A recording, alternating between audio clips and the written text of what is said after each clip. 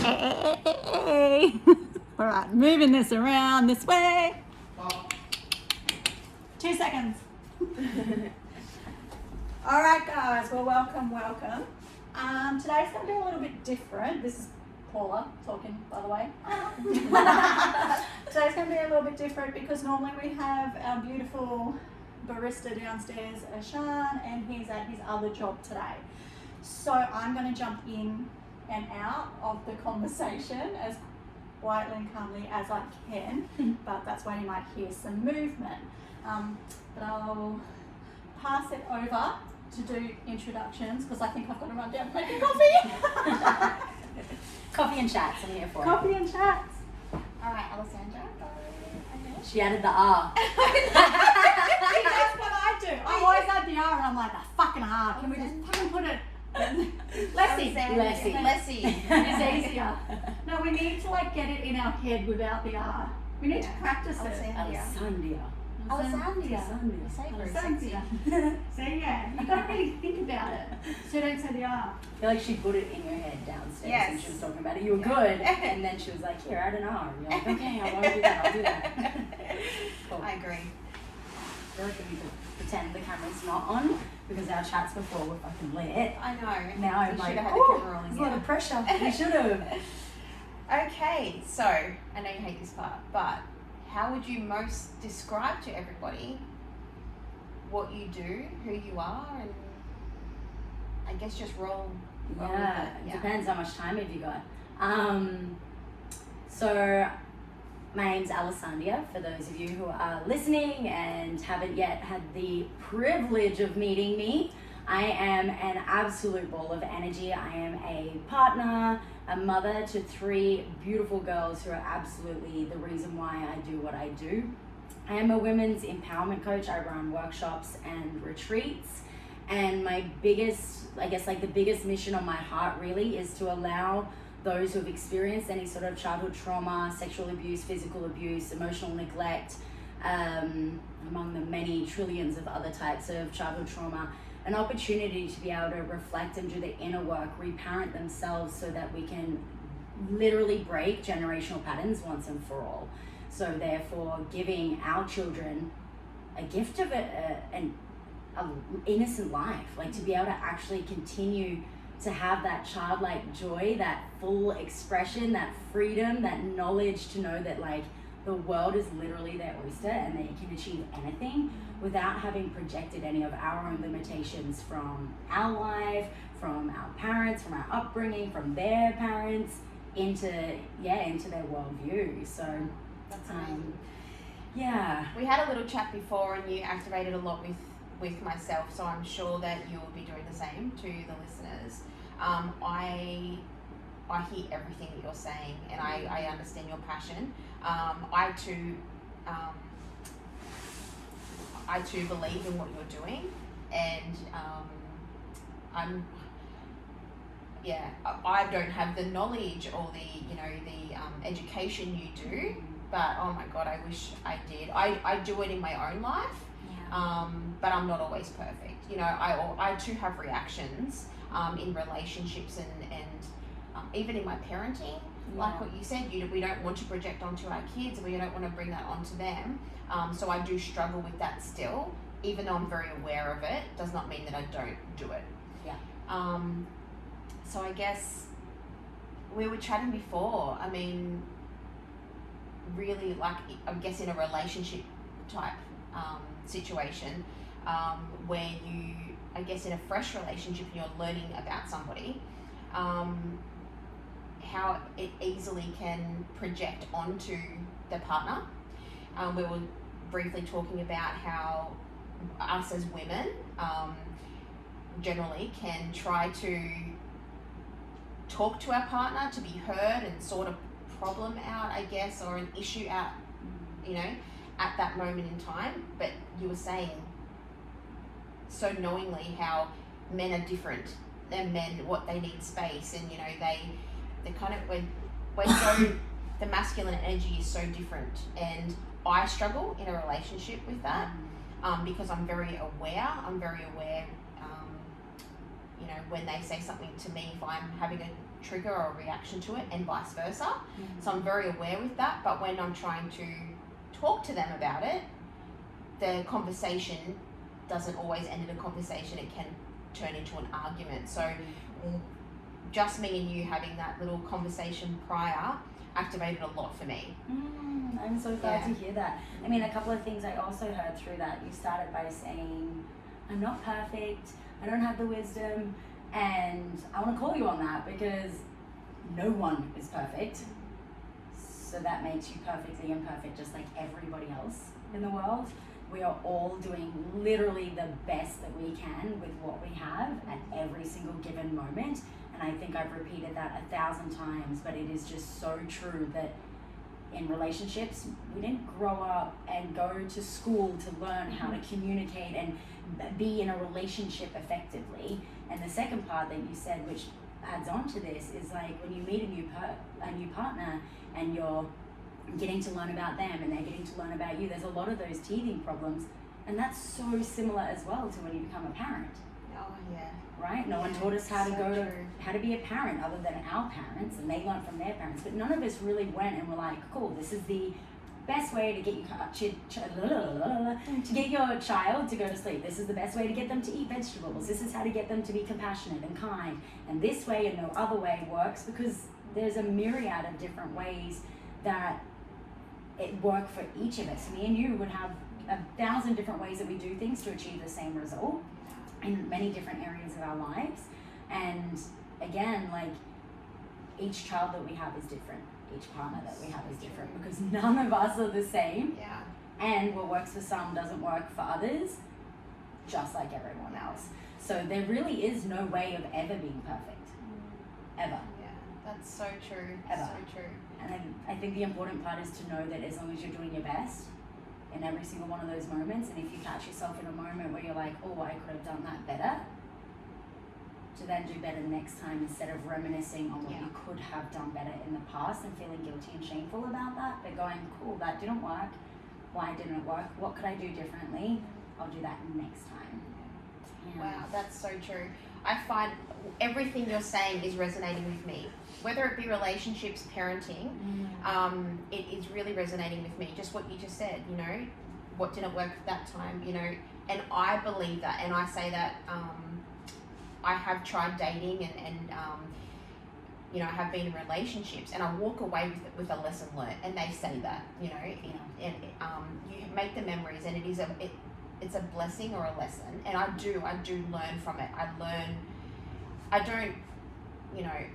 at the time, and I don't always, you know, implement it or not do that again. But Paula's just joining us again. But you are right. Also with the children, both my kids are chalk and cheese. They act differently.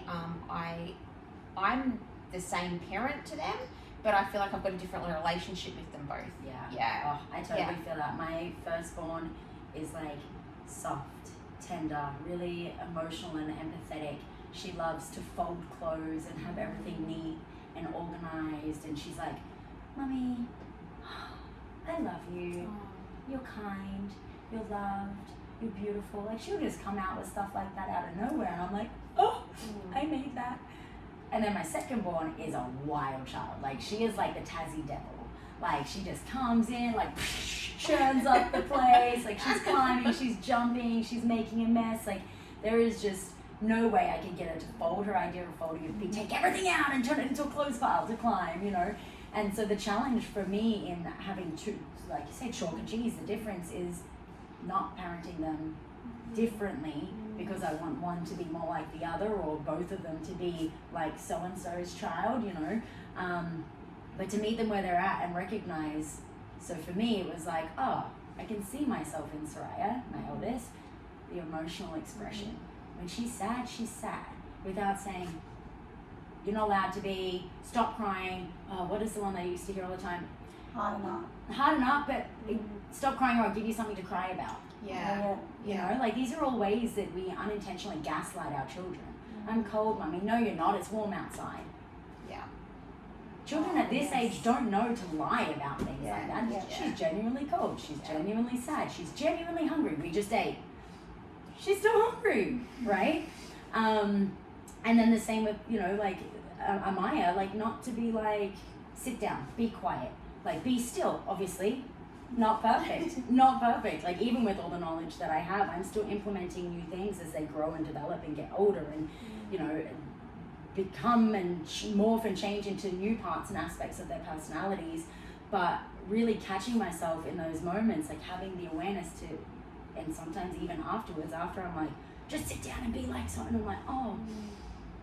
And on that note, like I'm really passionate about our children seeing our emotions, letting frustration be normalized. Like I'm feeling frustrated right now. I'm gonna go and take myself away, take a few deep breaths, and come back.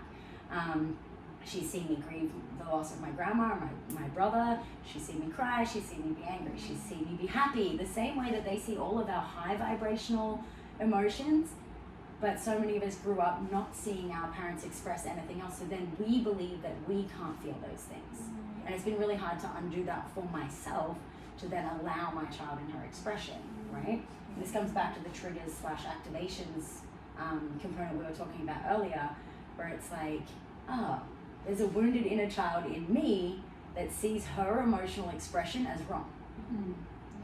Instead of her being wrong, can I look at where I can have compassion for my child, like my inner self that wasn't allowed to feel that way? And as an adult, sometimes still isn't. Right? As an adult, that it's still like, oh, you're at a cafe or the gym, this isn't an appropriate time to cry. But for some reason, I'm feeling a hell of a lot of emotion right now, and I don't know what that is. I'm gonna make that wrong, or can I just let it be, float, and then move on with my day? Right? We've had a lot of people cry in here. We've met people over tears, like they come in for a coffee and then we're like, are you okay? And they start crying and we're like, okay, let's just sit with you. Yeah, and sometimes that's all you need. You would know from going to your partner with problems sometimes, right? Like sometimes we don't actually need the solution. Sometimes our children don't need us to fix it. They just need us to hold their emotions. Yeah. So let them flow and then go, do you feel better now? Go on, give me a cuddle when you're ready. All right, let's move on with our day, you know? Why are you crying? I don't know. Well, you have to have a reason. I cry all the time and I don't know why. There's definitely a reason, but cognitively, while I'm processing my emotion, I can't tell you what that is.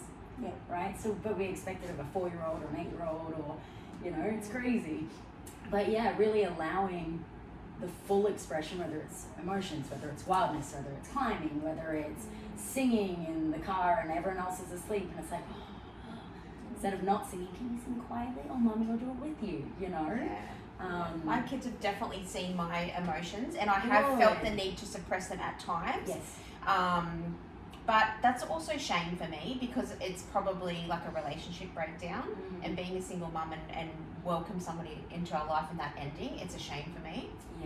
So, that's probably more so what it is, more so me. Yeah, see, my kids probably haven't. I'm very affectionate, so they see that emotion of me, that affection, always wanting to hug them, always, and then with my daughter, she hates being touched. So then I struggle with, well, how do I don't know how to show you, if I can't touch you, how do I, like I know that's my love language and it's not hers. Do you know what hers is? It's trying to, I actually got them all to do it and I wrote them all down. You did tell me hers. I did tell you, I got them all confused. Hers to receive love. Hers is to so to give her love language is affirmation, I think. And for her to feel like she's loved is to receive gifts, I think you said, or something. No, I thought it was going to be gifts and then it wasn't, which surprised me. I think she's affirmation. And so even if I do that to people, but then if they don't, if I can't touch them, I'm like, she doesn't like me. So they see that soft side of me, but they haven't seen much of me break down or anything, but then that's my thing that I need to heal because even my husband will say, like, people will go, how can you go to a funeral and not cry? I'm like, because for me, growing up and then in a relationship I was in, to show emotion would trigger them more. So you learn to not say anything back, not to, oh my goodness, I'm feeling that. Yeah, my recent relationship, his love language was to give. Mhm. So give gifts and material things, and so that's I'm very like, I don't know what would mine be like. Is it quality time, touch, I think and quality time, and touch is and to be heard? That's huge for me. But hearing you say that then about the conflicting love language was really hard for me, because that was his way of showing me. So I'm like, oh, you know, thank you for my shoes or my watch, but I need to have a conversation and talk to you about things like what we were talking about earlier, when I'm trying to say how I feel, and it wasn't being heard, and I had felt like instead of, it was like there wasn't even a middle spot, it went straight to anger. So that I knew that was suppressed from childhood. But you know, you've got your daughter that you struggle with, and that clashes. And I completely just felt that recently, and it's so hard to realign, because you're like this and you're on the same vibration, and next minute you're just completely out of whack. And I really struggle. But going back to kids, I wanted to talk to you about my son and daughter. So Braden's 13 and Emily's 11. Emily is like your eldest. Yes. Beautiful, praises me all the time, loves me to death. So emotional, so sensitive, so beautiful. And Braden is my eldest. So he's teenage years, I guess hormones. He's very similar to me socially. Like, he's friends with everyone. Emily struggles in friendships, where I never did. Braden's very similar to me like that. But I struggle with, since he was about 9 or 10, losing that connection with him, where he'd take photos of me, with me, and like, you know that, happily come to the shops with me. So hold hands or cuddle and watch TV together. So I still have that with Emily, and I don't think that will ever change. So although that's her personality, our dynamic hasn't changed. If anything, it's gotten stronger. But when you were saying you've got your wild child and you've got your sensitive one, I've got my sensitive one, and I've got one that kind of just keeps to himself. And I struggle, because I feel like I don't want to unintentionally gaslight him or project my trauma onto him by seeking his love and attention. I know that I do it, because even Emily goes, Mom, I cuddle you and you almost push me away, but you want Braden's attention. But it's just like, I know that I'm doing it, and I'm saying it because I'm holding myself accountable. But what is that? Is that just me like needing?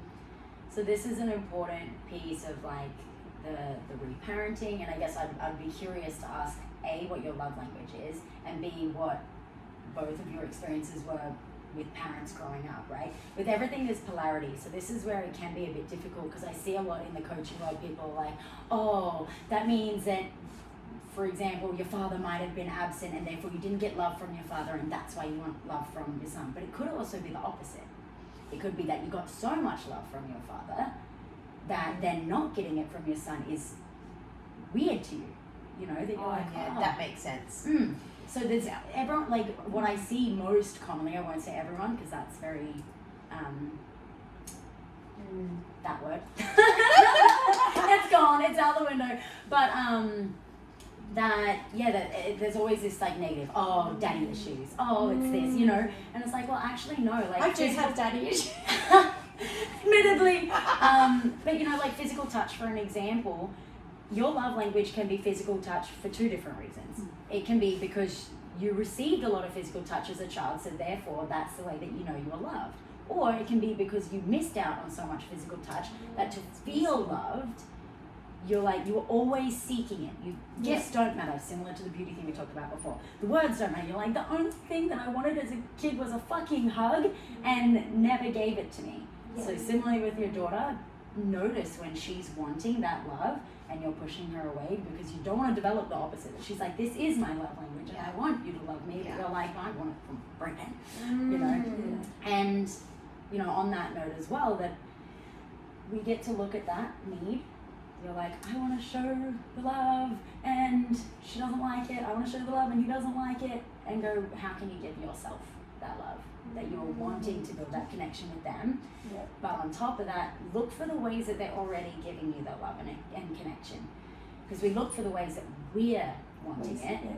And this goes for relationships too, right? So true. He's giving you the gifts. He's Yes. telling you he loves you. But you're like, that's not the fucking thing I need. And you're Yes. not listening to me. Yes. Right? Which can be frustrating. Yeah. But if we always look for the thing we're not getting, the confirmation bias is going to continue to confirm for us, he doesn't love me because he doesn't listen, and he's giving me gifts and the thing that I want to resist. You know, like I'm losing my connection with my son because I'm trying to, we used to have this connection that looked like this and it's not that now, and he's pushing me away, he's being independent, he doesn't love mommy anymore, you know. Yeah.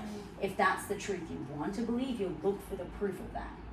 Whereas if you do the opposite and go, okay, this is how I feel, and where can I shift my focus to find ways, there's little pockets of where Brayden actually does come and sit down for a little bit and then be like, okay, I'm going to implant this memory, and letting him know, like celebrating him in that moment, letting him know how much that means to you, but also looking for ways to come into his new world he's developing that you can connect on as well. Maybe he's interested in computer games or certain music or certain something that you can start to show non-intrusively. Don't just enter his room and be like, I also love Call of Duty. I've been playing every night, you know. But, you know, showing an interest in the things that they're showing an interest in that can still be connection, even if it's not the exact thing that's filling your cup. Yeah. But knowing that as a parent, like, we are responsible for ourselves. And I've definitely recognized that even in myself, you know, when we are like feeling like you want to cuddle and you're like, give mommy a cuddle, and my daughter will be like, no, and I'm like, and that's a time where I would suppress my emotion because I don't want to guilt my daughter into cuddling me just because I want to cuddle. Yeah. I get to teach her that she can respect her own autonomy as well, and if it's not something she wants to do, that she can say no. Yeah. And that's a time where I'll be like, okay, I will go and hug myself. You know, or you know, I want the connection, and my little inner child's like, all right, well, what are you doing that mommy can come do with you? All right, you want to jump on the trampoline? That will probably end up in a hug. I jump on the trampoline with her, I involve myself in her experience, we play bubbles, and then we end up like in a cuddle, right? Both our needs ended up being met, but without the resistance, without the resentment of like, oh, I have to hug mom again. Yes. Yes. Right? Which, okay, how, is this censored in any way? No. No. Okay, sweet. Say what the fuck you want. Every time your partner, I'll speak for mine. I speak to a lot of women whose partners will be like, babe, we haven't had sex in a while. And every time they ask you, how do you feel? Like you want to do it less, right? Yeah. Like, no, put it, and they come up behind you, start groping your butt, even though you're clearly indicating See, it's I'm a the no. male. Okay. That's why I was like, I can't speak for every woman in this room. And then he'll be like, oh, I've just fucking got out of the shower, babe. Yeah. Can I just... But there's a resentment there. Yeah. You're so It right. makes you want it less. That's so right. Because you feel like your space is being infringed upon. Your boundary, your energy, Yeah. you know, like, He's not allowed space. yeah, you are here to love me when I want it, right? But there's probably another example in your life where it may not be sex, it may be something else that you're like, for example, being heard. You're like, I want to be heard now. And they're like, well, I don't want to. So every time you're like, now's the time for a conversation, they're like, fuck, right? The more that we're like, it's on my terms, it's on my terms, it's on my terms, the more that any of us, it's positive and negative, it's batteries, it's a repellent, right? So how can you create the opposite? How can you create attraction in that? For me, it's having my no respected. And I'm like, now's not the time. If he's like, oh, come on, and I'm like, I may give in, but it's not going to be the connection you are after. Yeah. And then the next time, I'm going to be a little bit stronger in not, like, in the resistance, right? And, I mean, this came up, and I've shared this before, but I actually had a intimate moment with my partner where one of my childhood sexual abuses was triggered. Knowing in that moment that I'm with the man I love, father of my children, super safe space, very consensual. Up here, yes. In my body, no. Yeah. Like it was a fucking no. And my trauma response is freeze. In that moment, and this is just a whole other topic, in that moment I appeased. So like I was like, oh, okay, just, you know, everything's fine, just, and then it was over and I crumbled. I cried and cried and cried because it was literally a reenactment of my molestation in my body, my inner child, right? It just experienced me not choosing her all over again. Yeah. Lack of safety, my boundary being disrespected, which I didn't even present. So it took a good probably 6 months of me having to continually assert my boundaries and stand for them for me to feel safe in my body again. And this is, I mean, this wasn't recorded, but when we were talking earlier, that I'm like, everyone has a trauma. Everyone has experienced a myriad of traumas. Something as small as your teddy being thrown in the bin when you were a child and then missing it can be a trauma, or a swimming lesson and when you got close, your dad stepped away and then you kind of like went underwater and you freaked out. The body stores that, all right? So people think it's big things. It can be small things too. But if that's not affecting you in your life, don't go digging for it. Yeah. You know, like if it's not the cause of any sort of ineffective pattern, awesome. But if it is, for example, this trauma, I knew it cognitively. I'd never felt it come up in my body before, so I hadn't addressed it somatically. In this period, it came up in a very safe space, but it was something that I could either suppress, was only going to make matters worse, or allow, and then go through it. Luckily, I was blessed to have a man who could hold me through that, who respected my no, even though it was hard for him. He sees the woman that he loves, that he wants to connect with, that he wants to be with, and here I am saying no. No. Without justification, without reasoning, but just no. And what that created by him respecting it, connection, right? Intimacy, safety. Oh, Water. yeah, I'm scared to drink more coffee in case I start cartwheeling through this podcast. I'll grab some water. I normally bring water up. That feeling that you just described when your partner held the space for you and you kind of realigned, that connection is what I live for. But what I didn't I'm addicted to connection. I don't have any other addictions, but I've realized in my dating life, my addiction is connection. I don't know if that's good or bad, or if but I know I guess it depends on whether it's on your terms only, right? Because that's where, if it's on your terms only, it could be a repellent. Yeah. Whereas connection takes two people. So even you might feel connected, but the other person doesn't, because they were just meeting your need. Yes. Because you've asked for it. Yeah. Versus, you know how I was talking about the masculine needing space before, that it's like, thank you, sharing, like, my desire for connection is this, these are ways that I feel connected to you, and then giving them the space to like action it.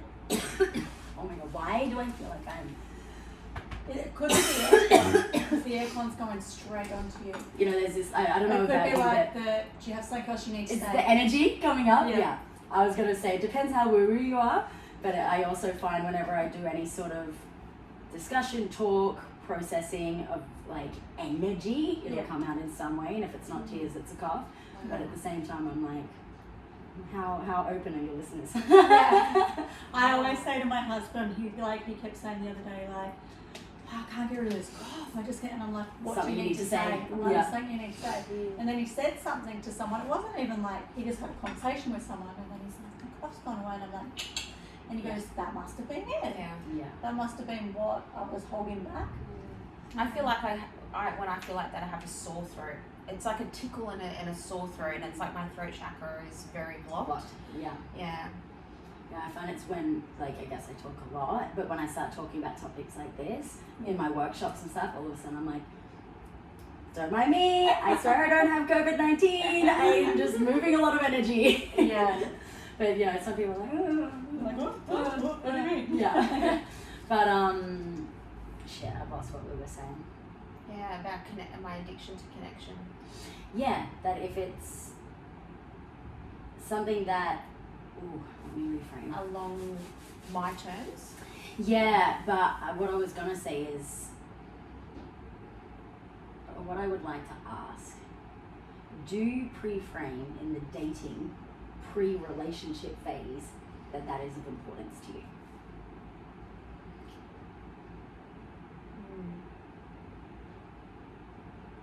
Do I? So you're like, hi, I'm Lisa. So lovely to meet you over this awkward cup of coffee. By the way, something that I really value is connection, and that looks to me like this. Or when you first start dating, you do talk into all I'm very open when I start, because I'm pretty much like, I don't play games. this is what I'm after. It depends on what they're like too. It depends on the first, second, third meeting, whatever. But yes, I am very much like that. Cool. I've even had on my bio online, like all the do's and don'ts. Addicted to connection. My friend is like, just take it off. Like put on there, on here for a long time, not a good time. Good time, not a long time. Like put something short, sweet, and funny. Like don't take all that. Yeah, but what are you actually looking for? Yeah, right? I know, yeah. So I've been in a lot of relationships. I'm conscious to say that because my partner will be like, no, you haven't. You've only been with me. But I have, because growing up, like, just for context, like, my father wasn't around. My stepdad, he was the father of my 3 brothers. Like, I didn't really have that, like, male connection. I didn't really see healthy relationships, like, modeled to me. And I grew up very much seeking my mother's love. Like very much. It was like emotionally neglectful. She showed love to me in her way, and this I know to be true, but it wasn't in the way that met my needs. Yeah. So this is an example. She was probably more acts of service and, you know, like really provided everything she could as a single mom. But for me as a child, like my needs were not being met. So I went out into the world seeking that feeling without knowing what it was. I was like, when I get the feeling, I'll know, obviously, subconsciously, but seeking love. And that ended really quickly because it came out as like clingy attachment of like, I am looking for this thing and you are going to give it to me. You are going to fill the hole that needs to be filled that I didn't get from this experience growing up. And I miss that. I'd look around, see other people have it. I'm like, I know it's possible, but it was never modeled to me. So I also don't know how to get that. Right? I don't know what it takes to communicate because I never saw it. I don't want to, like, I now know that the fairy tale romance I had whipped up in my head is so not exactly what it looks like. Me and my partner have the most amazing relationship, and we still argue and disagree on things all the fucking time. What we come back to is the reasons why we're in that relationship and what is bigger than our arguments, right? But I went through a lot of relationships seeking that love. And what that looked like was, this is what I want, and I'm not going to settle for anything less. And so my next question for you was, did you hold that standard? Because I know I didn't. That I'd get it a little bit, and I'd be like, yeah, they're listening. And then I wouldn't get it, and I'd be like, this is what I expect. But I would settle for the less because I was afraid of losing the love that I felt like I was getting. And I'd be like, I can change them, I can get it, because I don't know how to do it. I don't actually know how to do it. Yeah. Oh my This God. This is landing, I can see that. You're amazing. Right? But that it's in holding the standard. So the thing that was different between all my relationships and this one was that I knew what I wanted and I knew what I was a stand for, genuinely. So for example, people who say, if my partner cheats on me, I will leave him. And I mean that. But then their partner cheats and they're like, but I love you and you can change and we'll work through this. And then it happens again. Yeah. And then it happens again and then it happens again in smaller ways, different ways. It's the Instagram girl, it's the, liking a story, it's the text message, and then it eventuates, right? Because you let the little nuances get away with, so the boundary wasn't actually there. So knowing your values and your standards, but holding them to it. The very first or second time, I say second because people make mistakes, but the first time really communicating, if this happens again, for example, you probably wouldn't say it like that, but like I made it clear when we first started dating that it's really important to me that when we communicate, when we have a conversation, when I come to you with a problem, that you can actually hear me. And I'm not looking for you to fix it, I'm not trying to make you feel bad, but that when I come to you with a problem, you can hear it. That's important to me. And if that's not something that you think you can do for me, then let's save ourselves both the trouble. I feel like you were a fly on the wall when we had coffee on our first date, because that's exactly what I was like. So the words you're saying, you are like, I know this isn't just one-on-one with me, but I feel like you're just reading me right now, and probably reading so many. This is what this is. So things many. You're not saying. It's not even me. Yeah. So many listeners would be feeling it too, but everything you're saying, I'm looking at Paula because we both know. Paula's nodding. Girl. So everything you're saying is resonating. And you do, when when you get into a relationship, I know you're very straight. There's no like hiding anything. Lisa's like, this is what I want out of a relationship. This is what I'm like. Yada yada yada yada.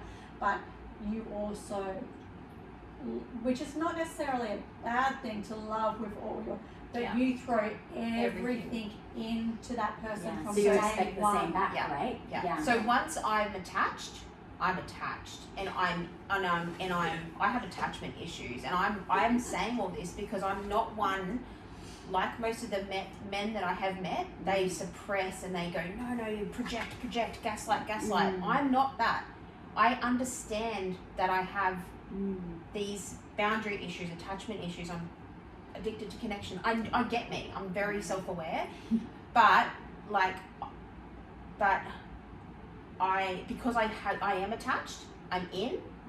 Then they, as you said, they do something, I let it go, and I say to them, I didn't like how you did that. The conversation turns into an argument, and I'm going, okay, let's fix it, because I want to fix it. And then you nurture them, and you're like, it's okay, I didn't mean that next time, but you know, like, and I'm not trying to make you feel bad, but this is how I felt, and you know what, like, actually don't worry about it. And then I turn into So that like, person, cool. and then the next day and then the next wait, let me well, try that was a really shitty argument, which I want to avoid next time, because she doesn't even mean what she's saying. And I've got away with it. I'll get away with it again, and I get away with it again, and they know they can treat me a certain way because I'm just this. I'm gonna fix you. I'm here. I'm a nurturer. So the mask of this is what I'm a stand for is a protective layer to hope that it's a big enough wall for them to not jump over. But the first time they jump over it, the wall crumbles. Yeah. And they go, well, let me get away with that one. The rest of them are oh shit too. They're just a couple of words in a bio, right? Yeah. And I guess my invitation would be to ask you when the last time was that you dated yourself. We could take that the wrong way, couldn't we? But I mean, really, like, gave yourself the things that you're seeking from another. Because until then, you're always going to be filling the hole. And this was literally my journey pre-finding my partner that I have now, is I was quite similar. Not just with my, like, intimate relationships, but with friendships too. I was like, you know, like, even my best friend would go and do something with someone else. I'd be like, what the fuck? Like, I'm your best friend. You can't go and do things with other people. How come I wasn't invited? You're not like that. I have friends like that too. Yeah, she gives herself to so everyone. much to everyone that then people expect it. And I say to her, fuck those people. Why is that person upset because you didn't check on them through the week? Why, they can check on themselves. Why the fuck should you have to check on you? So all of these but she people takes it that on. I'm connected to all think that I'm there, you know, and I don't give that because I'm having something going on that week, and they're like, but you didn't do this, you didn't do that, and I'm like, oh my god, like so I've never had that issue in friendships, but for some reason I'm that for them. Which but is you don't similar have sense. boundaries with Yeah, your I friends. don't. Polarity, right? There's polarity in everything. Same problem, different outcome. Same problem, feeling something within myself, different outcome. I felt it outwards, you feel it inwards. You're going connection this way. And then when you need to go this way, everyone's going, whoa, you're always the person who's available for me. You're always the person who does everything for me. You always answer the phone, you're always doing, you're always giving. You're a shit friend now. Yes. Because you've created the consistency of this is who you are. Whereas the reason that you're doing this, and feel free, I love being wrong, but the reason you're doing it is because you crave connection. So they say that people pleasing is actually a manipulative tool, because you're creating a version of you that that brings people in, right? Like, I'll do that, it's okay, I can do that, I can be that. I've seen that people pleasing can be a manipulative tool, and this is why I guess I read things like that and I feel shame straight away, because I'm like, oh my god, I'm not meaning to, but then I don't know how else to be. Which I guess brings back to the dating yourself, right? Like, maybe you get to let some of these people know where your boundaries are. I'm available for this when I'm available for this, but today it's no, without the justification. Like, I know I've always been this for you, but what I've realized is sometimes it's at a sacrifice to myself. And I need to start giving back to myself the same amount I give to all of my friends. And if you're my friend, you would love that for me, right? Like, get them to confirm it for you, because then it's like, all right, cool. They're responsible for them. You're not responsible for them, you're responsible for you. But by being responsible for everyone else, you've got no time left for you. which So still true. leaves the hole where it's like, someone needs to fill this for me because I'm empty. Yeah. Yeah. All your energy into everything Yeah. else. Whereas taking that time to be like, cool, what are the things Lisa loves to do in her time off that don't involve other people? If it's waterfalls, if it's the beach. And for me, it was really uncomfortable. I was like, I love those things, but I'm someone who loves doing things with other people. Like, I love it. I'm a people person. You can feel it. And there's nothing wrong with that except for the energy that it came from. It came from being available for everyone when they're available, but no one being available for me. And so spending like a good amount of time of just really honoring, like, this is uncomfortable, but I'm gonna go and do this thing for me. I'm gonna go and do this thing for me. I'm gonna go and do this thing for me. I'm gonna love myself in the way that I need. Shit, I'm feeling really lonely right now. How can I connect with me? How can I remind me that I love me? How can I find all of the things about me that are so lovable that the someone else, when they come along, will also see, right? Without having to say, by the way, Paula, I am this, I'm a strong, independent woman, I'm a business owner, I'm a fucking great mom, and I deserve this, and this, and this, and I get to be loved in this way, and this way. Do it. Yeah. You know, that it's like, you know your sense of self-worth so much that it actually doesn't need to be said. You can communicate it in a way of like, yeah, these are the things that I love, this is the things that I'm looking for in a relationship, and I have pretty high standards and I'm not going to settle, and then not settling, right? So I have also shared this piece where I'm like, in my relationship, oh God, he's going to bust me, I hope he doesn't listen to this. In my relationship, my expectations, like my standards and expectations were here. I held him here. I held him here, knowing that this is cool for me. Sweet. I don't actually give a shit if he's got female friends, but I hold him here. Because the moment that this drops here, I'm out of integrity, I'm feeling unsafe, I'm feeling, versus he drops from here to here, or here to here, or here. We're still good, but I have the conversation in this space instead of when it's already breached my boundaries, already breached my values as a woman. Like, for example, if I said to him, or he said to me, I love kids. And I'm like, beautiful. I love kids this much. This is what I'm expecting. Someone who's present with my family, someone who wants to spend time with them, someone who loves their culture, someone who spends a lot of time with their family. And then he doesn't do those things. Yeah. Like, it's too fucking late. Versus like, oh, he doesn't spend a lot of time with his family as much anymore, but he still does. And I see him hang out with other people's kids at the park. Cool.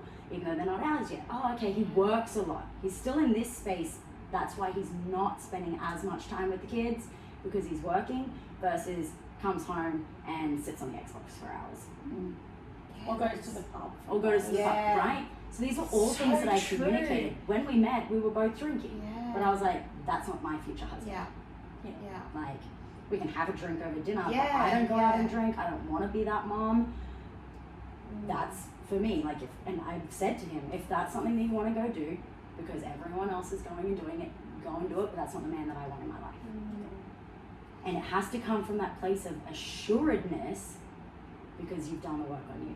Otherwise it comes from a place of like anxiousness of like, this is my boundary, please respect it, which can be felt. You know, like, you're friends with Paula, I know you know energy, right? Like, it can be felt. So this is where that dating yourself and really getting clear on what you are and aren't stand for is really so powerful. Which again, coming all the way back to the start of our conversation, is recognizing where that showed up in your childhood first.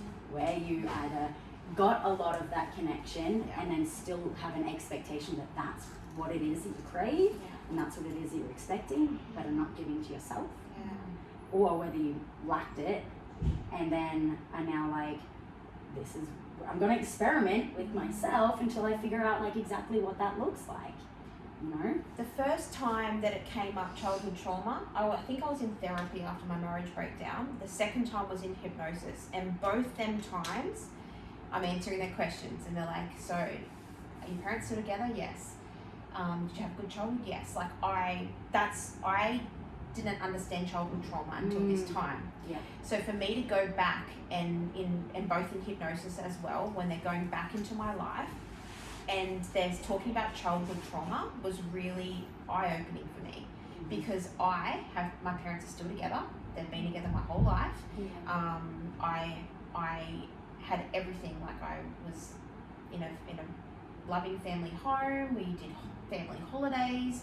I didn't realise till digging deeper that it doesn't matter that your parents are still together. It doesn't matter that you were in a home and you had clothes on your back and you safe had and fed and good school. Yeah, I was arguing, or it's not that. The way that you mentioned before when you're like, because I was like almost going, no, I had a good childhood. My parents were good together. My parents love me. Like, what are you doing? I was getting protective of them. Yeah. Then they dove deeper, and I didn't realize that that was there's something. I didn't realize. Yeah.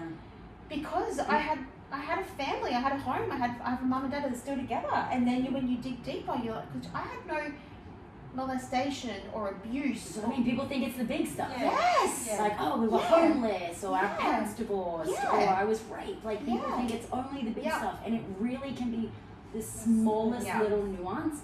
It even could be the fact that you grew up in a good home, that your parents were together, that you were fed and safe. That as a single mum, that could be a lot of fucking pressure on you to feel like you have to live up to that expectation. That also could be a representation of the trauma that you're carrying because you don't have that. Yeah. Right? Yeah. So like trauma is depicted as anything that has occurred that then leaves a permanent pattern in your life. It leaves a scar energetically in your body. That if you've got this belief permanently ingrained in you that mum, dad, good house, good school, good friends, this is what life looks like, and then at some point in your life, like, boom, belief shattered. It's a fucking shock to the system, right? Hang on, I'm not doing that. Like, I've failed. I need to have that. It should look like this. You know, like there's so many single moms who are doing a fucking great job, who are happy without a partner until their partner comes, who are still providing the amazing house, still providing the amazing childhood. But if you attach to the belief that it should look like this, that also can be traumatic for you in your body.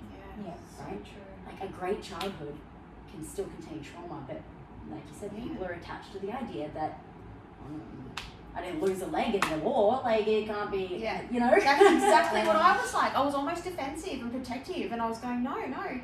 And then I dove deeper, and I dove, like into my relationship with my dad and my relationship with my mum, and then their personalities, and and a lot of needs, how they loved you, how they raised you. Yes, and I dove a lot into kind of mental and emotional abuse a while back, and I kind of unraveled some layers then, and so although I was in that family environment, some things didn't meet my needs that I'm now aware of.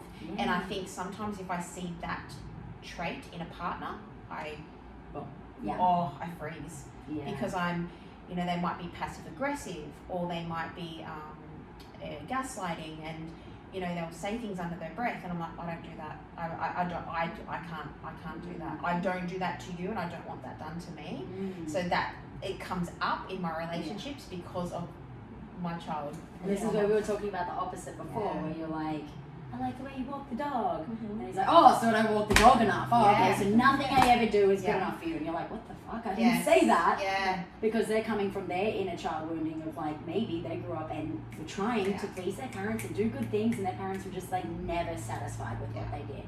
So they hear something you say on a day they've gotten home, they're stressed from work, on a day where they've, just not already feeling completely whole and complete within themselves, and they instantly feel the attack, where you're like, I actually wasn't attacking. And so I was saying, like, a quote that I quite often live by is like, I'm responsible for what I say, I'm responsible for what I mean, my intention, but I'm not responsible for how you receive it, for your interpretation of my words. Because you could hear things from 100 different lenses. There will be listeners who hear this and go, oh, that chick's full of shit. And there'll be listeners who hear and go, oh, that's me, that's amazing. And they'll be, and I can't help that. I'm not responsible for that. There's things I may have even said in this podcast that I mean differently to the words that I used that could rub someone up the wrong way. Again, not my responsibility. Like, if someone's triggered by something in this podcast, it's kind of awesome. It gives you an opportunity to have a look at what that is. And untap that. And unravel that. Because a lot of people, if they are triggered, they can they can cover it over and be like, it wasn't me, it was you, the gaslighting and the projecting. Or there's people that are triggered and they're like, hang on, I want to tap into that. I want to find out what that's about. And there is a difference between being triggered by something someone says that is unintentional and someone genuinely being a dick. Yeah. And then you being triggered, Yeah. right? Like, because I've talked about triggers as, for example, like it's a mirror, right? If someone said to me right now, oh my God, Lisa, you're a shit mom, I'd be like, you're hilarious, I'm amazing, thank you for your time. But if it was on a day where I'd had a really difficult time with my daughter and said, you're a shit mom, I'd be like, that's a really unkind thing to say. Yeah. Like, I'm really struggling today and you're just gonna make me feel worse, right? They could have said it in a joking way. Oh my God, Leslie, you're such a shit mom. Their intention is so pure, but the trigger there for me is because I believe that to be true in that moment. Yep. Versus the other moment Yes, where so you could say yes. it intentionally to be a dick, and I'd be like, Yeah. carry on your day, here's your coffee, thank you, love. You know, so it really is, again, that reflection of yourself and allowing, like you said, that trigger to be like, do I want to give that one back? Thank you. Actually, that's not mine. Or am I going to go, oh, there's something here for me. Why do I feel like that's Yes. true? Yeah. Why do I feel that in my body, that my body's like, hang on a second, there's something here for me. Trigger, activation, whatever you want to call it. And it's also not permission to go around being a wanker to people and go, oh, blondes, they're so stupid. Oh, but that's your responsibility how you receive that, not mine. You know, like, it's not permission to then go around like flapping your gums and not taking ownership for the gaslighting, for Yes. the abuse, for the Yeah. anything, you know, like, we are responsible for what we say and how we mean it, and I really sit with that on when I'm saying something, am I saying it from a place of love? Am I giving this from a place of, is it going to help the other person? Do I need to say it? Do they need to hear it? Does it, or can I keep the shit to myself? Yeah. You know, there's arguments that you have, you're like, am I going to care about this in a week's time? Is it really worth blowing up the whole house over you didn't turn the stove back to 6 or that was a terrible example. But you know what I mean, Let right? the milk out. Yeah, like there's some stuff that you're like, oh, that annoys me when he doesn't. Oh, this is one from my partner. I don't put the dishcloth back over the thing. I leave it in the sink and it makes him really annoyed. But I'm like, some days, maybe it's the thing he brings up. I'm probably not going to change doing it. But Like me leaving drawers out. Drives like, my cleanser. I understand that that Yeah. frustrates you. It doesn't frustrate me. And if it was something that was huge, cool, I'll work on changing that. And if it's something that doesn't, I'm like, cool. But, you know, we're responsible for the way that we say it. We say it because he cares about the house being clean and hygienic. If it was the health issue of our child, I would receive that very differently, right? You know, his intention is good versus like just making me feel like a shit human because of the dishcloth. I don't know. I feel like I went on a tangent there, but I'm hoping everyone understands. I get it. You get it. You Yeah. get it. You and those damn drawers. Me and those drawers and leaving my shoes out, and he's like, But yeah, I mean, we've kind of talked a lot into a lot of things today, but I know that some of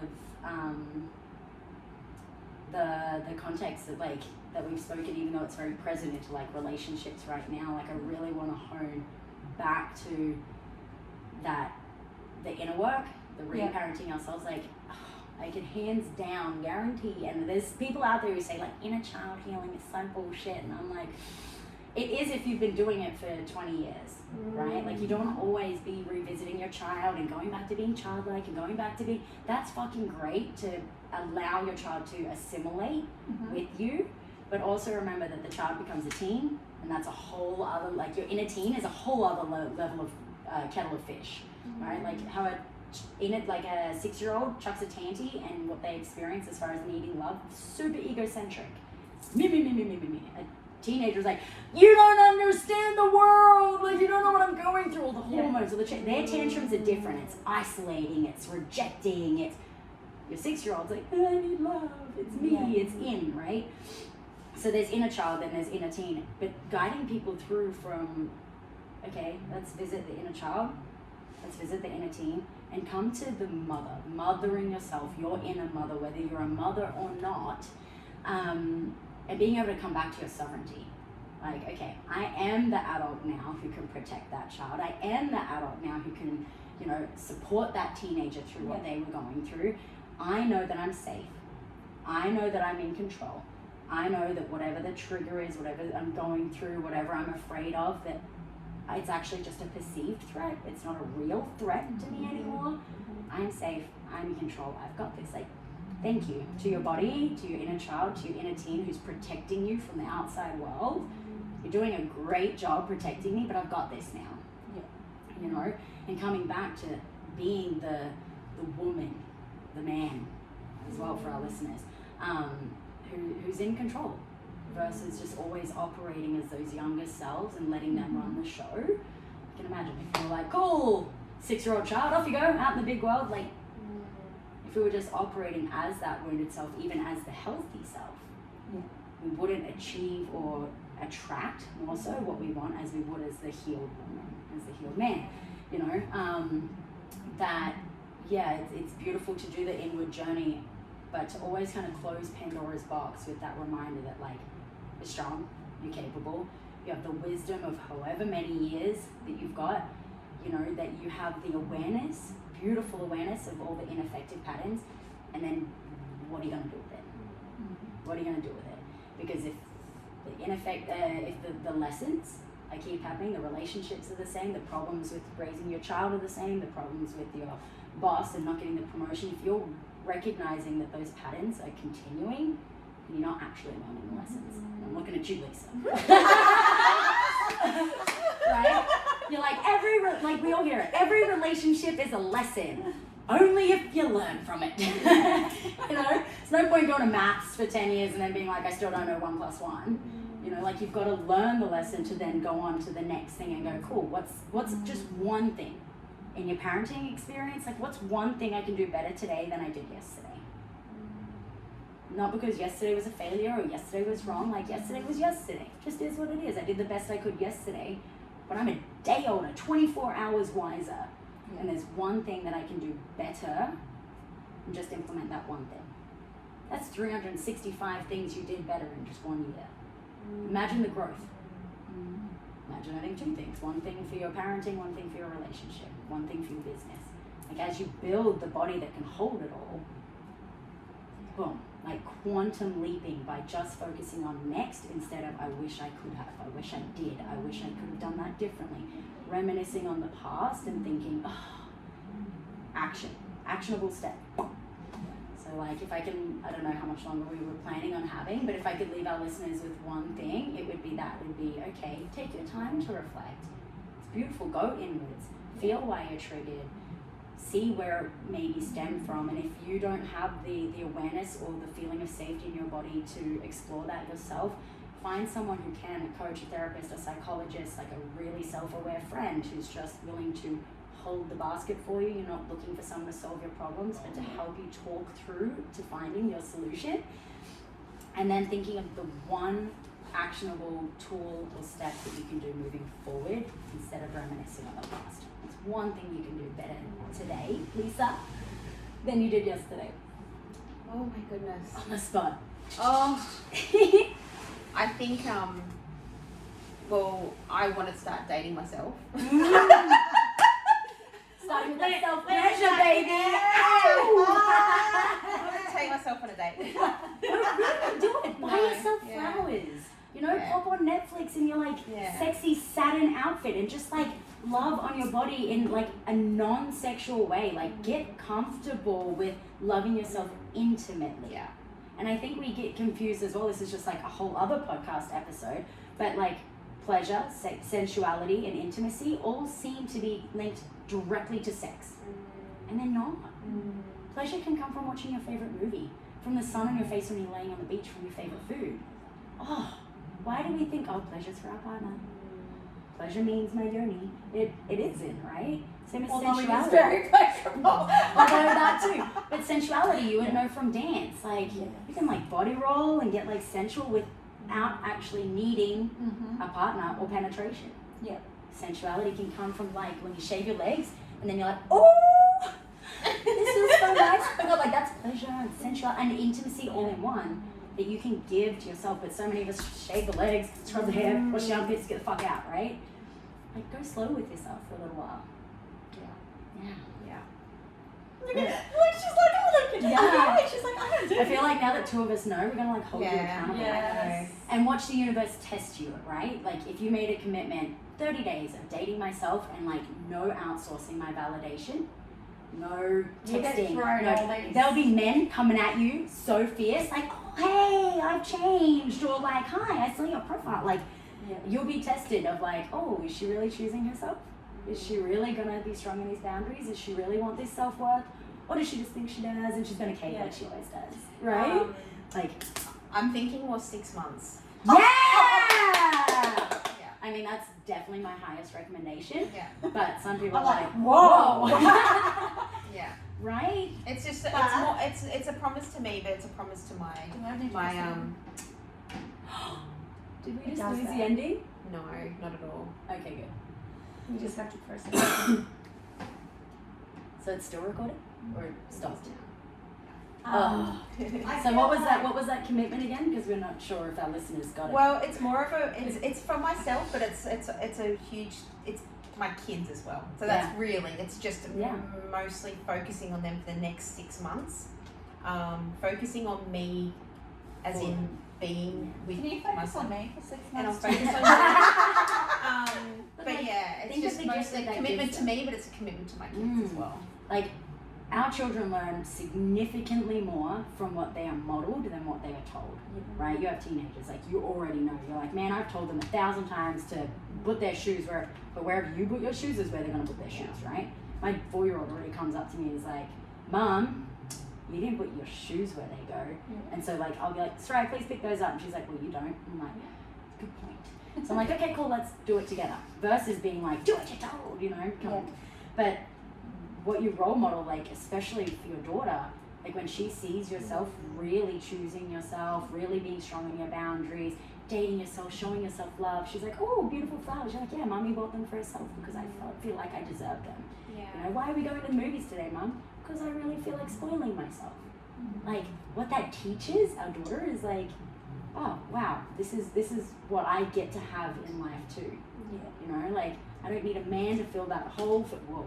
I didn't need a man to fill my cup. Wait, that's still bad. Somebody else rephrase this for me. But you know what I mean. Like, I can do this. I can love myself so fully that it attracts the person who's going to meet me where I'm already at. Yeah. Versus trying to make two halves a whole. You know? So true. But also, if you set that at 6 months and you fail, because I know you, Hey, whoa, Yeah. whoa. Yeah. You succeed backwards. Mm-hmm. I just don't want her to put pressure on herself. So I've had someone who did 100 days of celibacy. Well, this was actually stolen from, I don't know if you know Lino, from Men's Medicine. He talks about this a lot. He set himself 100 days because he recognized that his sexuality, his drive for it, was really driving the show as far as his choice in women. Yeah. Is how he was in relationships, right? So he set himself at 100 days, which I think is only like 3 months or something. I hope my husband doesn't listen to this podcast and try that. Hey, look, it could really spice up your sex life because there's some ways that you can have non-physical intimacy that are like mind-blowing. That's another episode again. But so I've had others who have done the same thing and failed, perceivably, but the 100 days, the 6 months, isn't like, who's to put a timeline on when you will find the love for yourself, right? You could reach 6 months and be like, I'm still not there. You could fail, hypothetically, at 3 months, but have learned so much through there that a month later, after another potential, or 3 months later, after another relationship that like went better but still wasn't it, that you do another 6 months and then you're like, fuck, like, I don't like the idea of failing. Yeah. It's the like wrong you word can fail that I forwards, used. you can succeed backwards. You may find that you are like all in alignment, have found yourself after 3 months, or that this one person who tracks into your world is just like, oh, aware of your awareness, holds you accountable to it, wants to communicate with you. But you need to know what that's going to look like by giving it to yourself first. And if you succeed backwards, fucking sick. Sick. 4 months in, I come back in for a coffee and you're like, babe, you'll have no idea. I did the whole thing. I dated myself. I was going and doing all these things that I love. I forgot that I was passionate about dancing. And I've been going out just to dance classes all by myself. Or I've been going to salsa nights, I don't You know. could go into Zumba. Zumba. Yeah, I'm telling you to. You know, the time that you've spent conversing with people, going on dates, you have spent with yourself, and realize, oh my God, I have this zest for life that attracted someone who has the same zest for life, and they match your energy, and you're like, it's the best thing I ever did. Or you could find you really enjoy doing it, and then someone comes in, you're like, no, I'm really enjoying this time by myself. Like, thank you so much. But if you're the right person that's meant for me, instead of being like, you're the right person that's meant for me, the universe has given you to me because I've been good, right? But you're like, you'll hang out. We don't have to, like, we can just be friends, and then if it leads to something, when my 6 months is up, you don't need to communicate your 6 months, but you hold yourself differently, right? You could do another 6. Because you're like, I'm just really loving this. I have a friend who's been living her best life, wants a partner, but is not going to settle for, and I think she's been doing it for 6 years now. Wow. 6 years. So might kind of come in, but she's like, I've been so comfortable that, like, unless you are like it, we can be friends, but like, I'm good. Wow. It. And I'm like, I love that self-assuredness of like, I'm Knowing a single what you mom, want but I and don't just- need someone to come and provide for me. I've got that. I need someone who can meet me where I'm at and add to my life. Right? Give me something that I'm like missing, like large in the scope. Expand my vision. Like, let's do life together. Yeah. Right? And probably coming from a home that wasn't a broken home, it's probably for you, like as just we're talking about before, and that because for you, that's what it is, husband and wife, and So watch yourself together succeed at and- being the husband and the wife, the mom and the dad, the provider and the nurturer, and like really go, fuck yes, you're doing a great job. And like bathe in that celebration of yourself. That's awesome. And then for the rest of it, like, we'll be watching. Yeah. So I mean, for any of y'all too, if you want to be held accountable, just message Lisa, Paula, or myself, and we'll keep tabs on your IG stories. And you can Check for that soft launch. follow you on Facebook. It's Cultivating Confidence. We are rebranding at the moment to Rebranding. Empower HQ. Cultivating Confidence is the name of my retreat. Okay. Yeah, because I do so much more than just that. Yeah. So yeah, you can find me on Instagram, like business name empower.hq. You can find me personally at Allessandia Montana. Allessandia, no R. I have to work on that. Facebook the same, Allessandia Montana, and yeah, the Facebook page will be changed, so don't find me there. Just go IG or Facey, my personal one. I am Awesome. friends with all.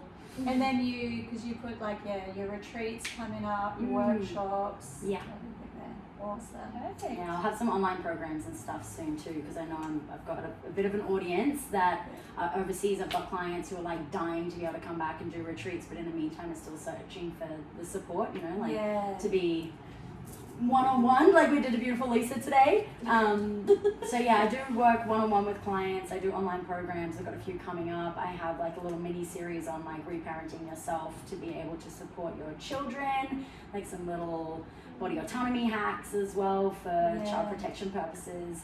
There's a few things that are coming up. So yeah, I might even get you to pop the website link on the we'll bottom of the definitely show do that. notes. Yes, we'll definitely do that. Thank you so much. Today was so fun. I noticed you only drank like a little bit of your coffee too. You were And I'm bringing like, stuff out. Yeah. Thank you so much, everyone, Thanks, for guys. listening. Head over and follow And then I'm like, socials. whoop, whoop, whoop. You got my I feel like I pelvis spend in most you. of my time like facing backwards. I don't know if Lisa